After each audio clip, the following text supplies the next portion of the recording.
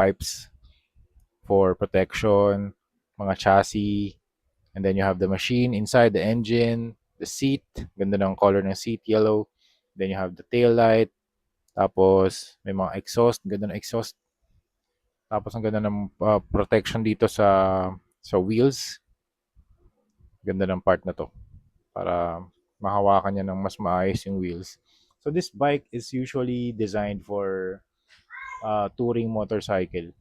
Okay, engine and power strain.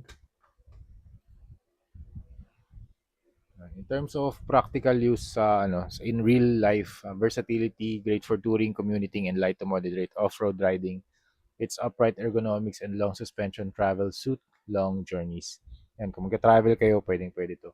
In the Philippines, our 1250 GS variants are typically priced around at 1.5 million and 1.5 to 1.7 million pesos depending on trim and extras.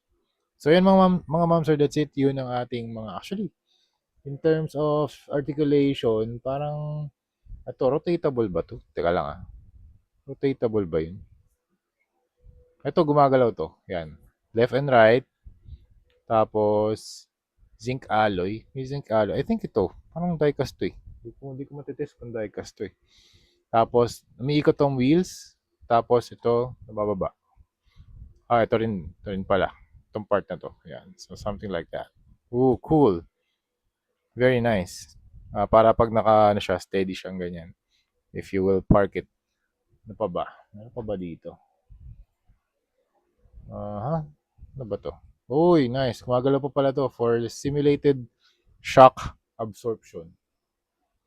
Very, very cool. 700 pesos, not bad ah. Not bad, ang ganda. Bibili pa tayo marami nito. Hanap tayo sa Shopee ng mas mura.